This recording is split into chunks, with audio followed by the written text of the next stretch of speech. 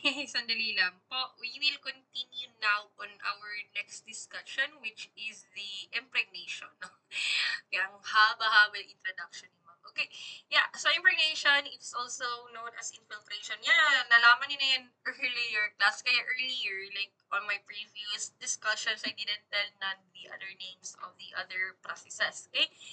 So, class impregnation, it is to maintain our tissue structure. Di ba may mga butas-butas yan, may mga holes yan from the processes that we did earlier. So, we have to fill it in, okay? Through using the paraffin wax and so on. Okay, yan. We maintain the tissue structure and relationship during the cutting. So, without a firm medium, class, the tissue may collapse during the sectioning. So, we have to do it, okay? So, at least class, yung infiltrating medium na naman natin class is around 25 times of the tissue volume. And again, at least 25 times the tissue volume. Okay? Please take note of that.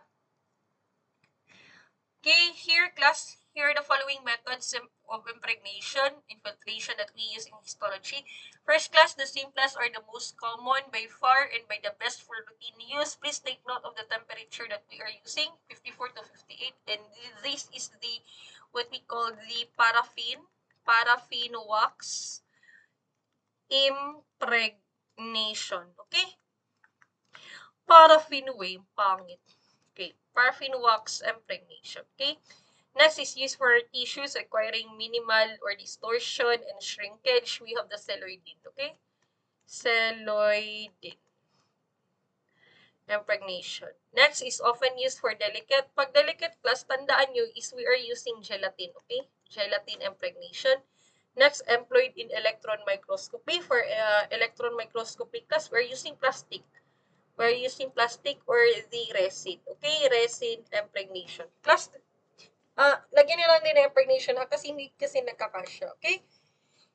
Yes, let's continue first. Here, with the paraffin wax impregnation. So here, class, we have the para plus embedol and bioloid. Now, I will give you the temperature that we need it, okay?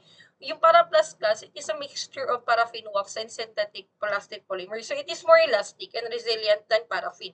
So, class, it is 56 degrees Celsius to 57 degrees Celsius. Okay, please take note of that. Yung embedol naman, class, it is synthetic wax that is similar to para plus.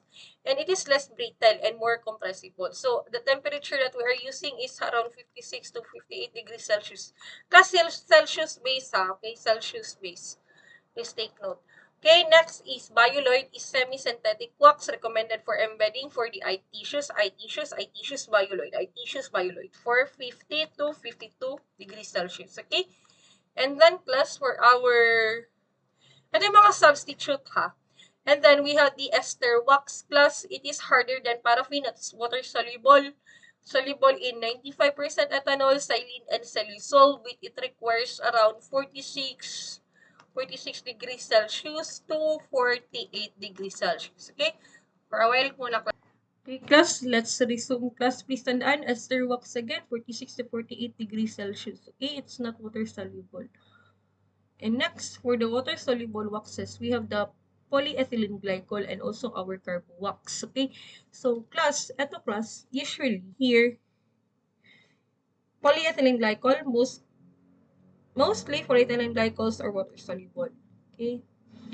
Yeah. And carbo wax, most commonly polyethylene glycols at room temperature, water soluble, no need to dehydration, clearing, suitable for enzyme histochemistry. Carbo wax enzyme histochemistry, tandaan ang temperature, 38 to 42 or 45 to 56 degrees Celsius. Please take note of this class. I have a separated picture for you. You can take a picture of it or you can write it, okay? So here are the methods of paraffin wax impregnation and embedding. Here, class, requires at least 4 wax changes with 15 minutes each. Total processing time, approximately 1 hour. This is the manual processing.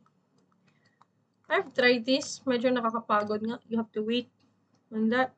And then we also have automated. Okay?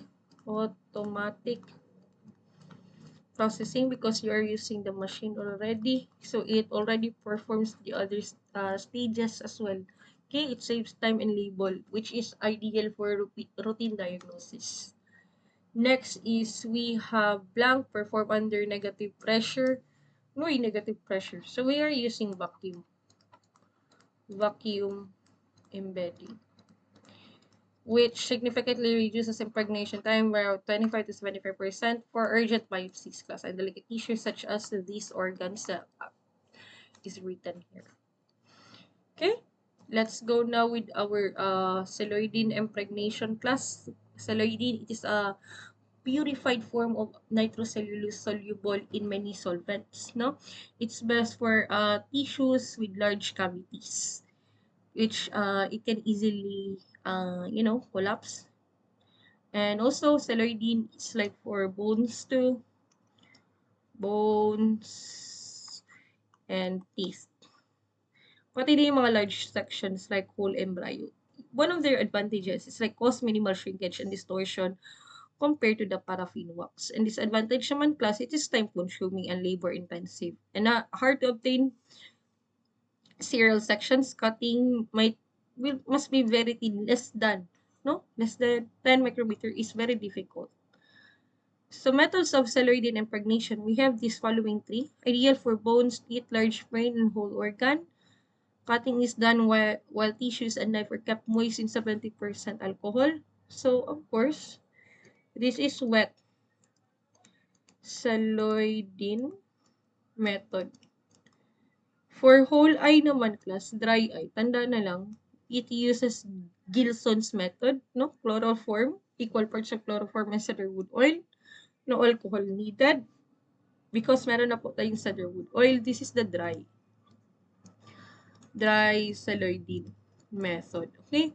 Hope it's clear. Ito class, low viscosity nitrocellulose is another form of celluloidine soluble in equal concentration of ether and alcohol. We have the nitrocellulose method. Okay, I hope my writing is still clear. Again, wet celluloidine method, dry celluloidine method, and nitrocellulose method. Okay, and that will be the end of our discussion here in infiltration. Thank you so much for listening.